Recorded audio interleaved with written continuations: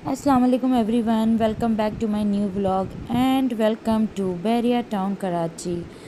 जी हाँ, मैंने सोचा कि चलें मैं आपको बहरिया टाउन की सैर कराऊं, क्योंकि मैं बहरिया टाउन में सऊदी अरब से आने के बाद शिफ्ट हुई हूँ और कुछ आप लोग के सवालों के जवाब भी साथ साथ दूँ। तो आप बहरिया टाउन की सैर देखते रहिए और मैं कुछ आप लोग के सवालों के जवाब देती जाऊँगी।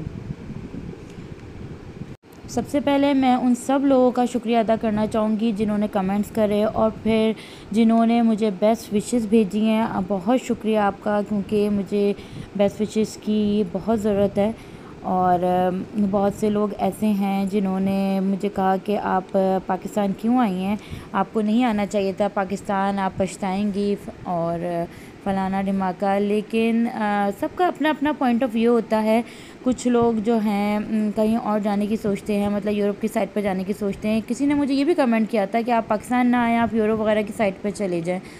तो उन सब लोगों से मैं यही कहना चाहूँगी, देखें मसले मसाइल किस मुल्क में नहीं होते, हर मुल्क में होते हैं, ठीक है ना। आप यूरोप जाएंगे वहाँ आपको अलग मसले मिलेंगे। हमारा जो पाकिस्तान है वहाँ आप यहाँ पर चलें देख लें तो अलग मसले हैं, और सऊदी अरब के अपने अलग मसले थे। फिर कहीं और जाने से बेहतर है कि आप अपने मुल्क आएँ। आपका मुल्क माशाल्लाह, जो हमारा मुल्क पाकिस्तान है वो बहुत अच्छा मुल्क है, और हमारा सबसे बड़ी बात है हमारा अपना मुल्क है।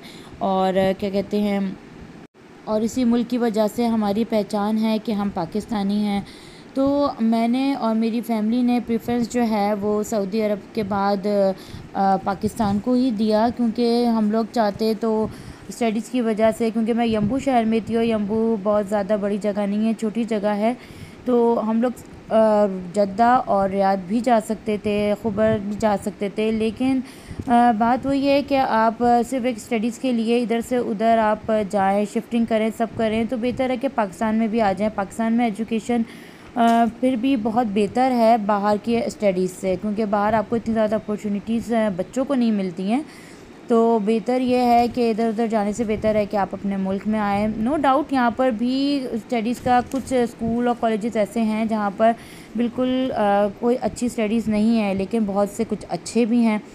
और मैं जो यहाँ पर बहरिया टाउन में शिफ्ट हुई हूँ, यहाँ पर मेरे बच्चों को अल्हम्दुलिल्लाह बहुत अच्छी स्टडीज़ मिल गई हैं। और ऑनलाइन से तो मुझे तो बेहतर लगा कि भाई बच्चे जो है आराम से एक प्रॉपर रूटीन में आ गए हैं। मॉर्निंग में उठना एक रूटीन बन गया है और आराम से स्कूल जाते हैं, वापस अपने टाइम पर आते हैं, टाइम पर होमवर्क हो रहा है, नोटबुक्स चेक हो रही हैं। मतलब बच्चे अपने एक प्रॉपर रूटीन में हैं, ना कि ऑनलाइन स्टडीज़ का जो हाल था। ऑनलाइन स्टूडेंट जो होते हैं उनके टीचर्स की नज़रों में इतनी वैल्यू नहीं होती जितनी जो फिज़िकल स्टूडेंट होते हैं उनकी नज़रों की होती है। क्योंकि मेरा जिस तरह बेटा था उसकी नोटबुक्स वगैरह कोई चेक नहीं होनी, कुछ नहीं होनी। तो बच्चों को ये होता था कि भाई मामा टीचर ने कौन सा चेक करना है, हम कभी पेंसिल से काम कर रहे हैं, कभी पेन से काम कर रहे हैं। कोई प्रॉपर आपको पता है कि स्टडीज़ का सिस्टम नहीं होता। लेकिन अल्हम्दुलिल्लाह पाकिस्तान आकर बच्चे भी खुश हैं, हम लोग भी खुश हैं। और यह है कि बच्चे अपनी अपनी स्टडीज़ में बिज़ी हैं। फिर देखा जाए तो अगर हम पाकिस्तान और सऊदी अरब को कंपेयर करें तो जितना हम लोग सऊदी अरब में टैक्स दे रहे थे, और या तो फिर हम रेंट जो देते हैं अपने घरों का, वो इतना होता है कि अगर हम उसको बचा लें तो पाकिस्तान में हम बहुत एक अच्छा घर, आप अपना ख़ुद का घर ले सकते हैं। क्योंकि अभी भी सऊदी अरब में बहुत से लोग ऐसे रहने वाले हैं जो काफ़ी सालों से रह रहे हैं, लेकिन उनके पास अभी भी इतना नहीं है कि वो पाकिस्तान आकर अपनी कोई प्रॉपर्टी बना सकें या वो अपना प्रॉपर ज़ाती जो एक मकान होता है वो ले सकें। और देखा जाए तो बुरा वक्त कहीं पर भी आ सकता है, चाहे वो पाकिस्तान हो, चाहे आप किसी और मुल्क रह रहे हों, बुरा वक्त आने में देर नहीं लगती। बस अल्लाह ताला से यही दुआ करनी चाहिए कि अल्लाह ताला सब लोगों के लिए आसानियाँ पैदा करे। वो लोग जो अभी सऊदी अरब में या तो जॉब्स की वजह से आ रहे हैं, स्टडीज़ की वजह से आ रहे हैं, या उनके अपने कोई भी मसले मसाइल हैं, वो जहाँ कहीं भी जाएं और जहाँ कहीं पर भी जाएं खुश रहें और आबाद रहें। और अल्लाह ताला उनके लिए बहुत सारी आसानियाँ पैदा करें, हमारे लिए भी दुआ करें। और जो लोग सऊदी अरब में रह रहे हैं या बाहर रह रहे हैं उनसे मैं यही रिक्वेस्ट करूँगी कि प्लीज़ न्यूज़ जो है ना वो कम देखें, क्योंकि न्यूज़ में जितना ज़्यादा शो करते हैं उतना ज़्यादा ऐसा कुछ होता नहीं है। न्यूज़ में बहुत ज़्यादा दिखाया जाता है और हम लोग जो ओवरसीज़ पाकिस्तानी हैं, हम लोग बहुत ज़्यादा परेशान हो जाते हैं। तो अच्छा, मेरे पास एक दो मैसेजेस ये भी आए थे स्कूलों से रिलेटेड कि सऊदी अरब में तो अच्छी पढ़ाई है, तो फिर आप क्यों गई हैं। तो वाकई में नो डाउट कि सऊदी अरब में अच्छे स्कूल हैं। यम्बू में भी अच्छे स्कूल थे। मेरे बच्चे शुरू में इलीट इंटरनेशनल में पढ़े, लेकिन वहाँ पर उर्दू नहीं थी, तो बचपन से जो है मेरे बच्चों ने उर्दू पढ़ी नहीं थी। लेकिन जब ग्रेड 7 और 8 में बच्चे आए तो ज़ाहिर बात है बच्चों को तो बिल्कुल उर्दू नहीं आती थी। फिर मैंने जील इंटरनेशनल स्कूल में डाला और बच्चे अल्हम्दुलिल्लाह वहीं पर पढ़े। लेकिन मेरी जो बड़ी बेटी है उसने जब ओ लेवल्स और ए लेवल्स देना था तो उसने लिए थे ए लेवल्स में बिज़नेस स्टडीज़ और इकनॉमिक्स, जिसकी टीचर्स जो थी वहाँ पर अवेलेबल नहीं थी। तो वहाँ की प्रिंसिपल ने हमसे यही कहा था कि हमारे पास टीचर्स अवेलेबल नहीं है इकनॉमिक्स और बिज़नेस की, आप लोग जो हैं बाहर से ट्यूशन दिलवा कर और हमारे स्कूल में जो है एज़ अ प्राइवेट स्टूडेंट आप बच्चे का एग्ज़ाम दे लें। लेकिन बात वही हो जाती है वहाँ पर ट्यूशन्स जो हैं काफ़ी ज़्यादा एक्सपेंसिव हैं। समझें अगर आप ए और ओ लेवल की ट्यूशन्स की बात करें तो पर सब्जेक्ट जो है वो 500 रियाल है। 500 रियाल का मतलब अगर आप उसको रुपीज़ में कन्वर्ट करें तो वो ऑलमोस्ट हो जाती है, आई थिंक 30,000 हो जाती है। तो सोचें पर सब्जेक्ट हम 500 रियाल दें। अब एक सब्जेक्ट तो बच्चे ने पढ़ना नहीं होता, अगर ऑनलाइन पर हैं तो ज़ाहिर बात है वो 2 से 3 सब्जेक्ट्स तो होते ही होते हैं बच्चों के। मैथ्स अगर है तो वो भी ट्यूशन पढ़ानी पड़ती है, और बिज़नेस, इकनॉमिक्स, इस टाइप के सब्जेक्ट्स जो होते हैं, क्योंकि बच्चा बिल्कुल फ़्रेश स्टार्ट कर लेता है इन सब्जेक्ट से, तो इतनी जल्दी नहीं समझ पाते हैं ऑनलाइन पर। तो खैर हम लोग का यही डिसीजन हम लोग ने लिया कि हम लोग जो है पाकिस्तान आते हैं ताकि बच्चे प्रॉपर एजुकेशन ले सकें, और अल्हम्दुलिल्लाह बच्चे मेरे यहाँ पर सेट हैं, तो हमें कोई ऐसा इशू नहीं है। अच्छा, आने के हवाले से कुछ लोगों ने पूछा था कि ज़मज़म वगैरह यहाँ पर लेकर आ सकते हैं कि नहीं।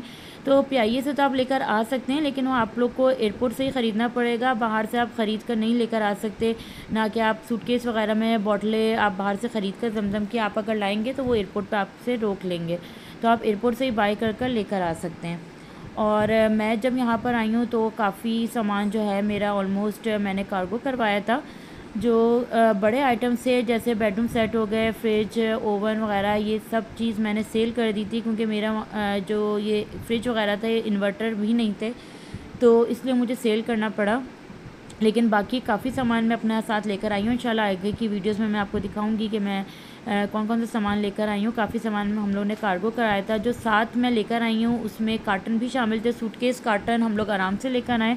आप कार्टन लेकर आ सकते हैं, उसमें कोई ऐसा इशू नहीं है। और कार्टन में मैं मशीनरी भी लेकर आई हूँ, डिनर सेट वगैरह, मतलब मैंने प्लास्टिक की प्लेटें वगैरह रख ली थी अपने साथ ही, क्योंकि ज़ाहिर बात है कार्गो का सामान आने में आपको महीना 1.5 महीना आराम से लगता है। तो क्योंकि न्यू स्टार्ट लेना था घर का, तो उसके लिए मैंने ज़्यादातर प्लास्टिक का जितने आइटम्स थे, ग्लास हो गए, प्लेटें हो गई, वो सब अपने साथ रखे थे।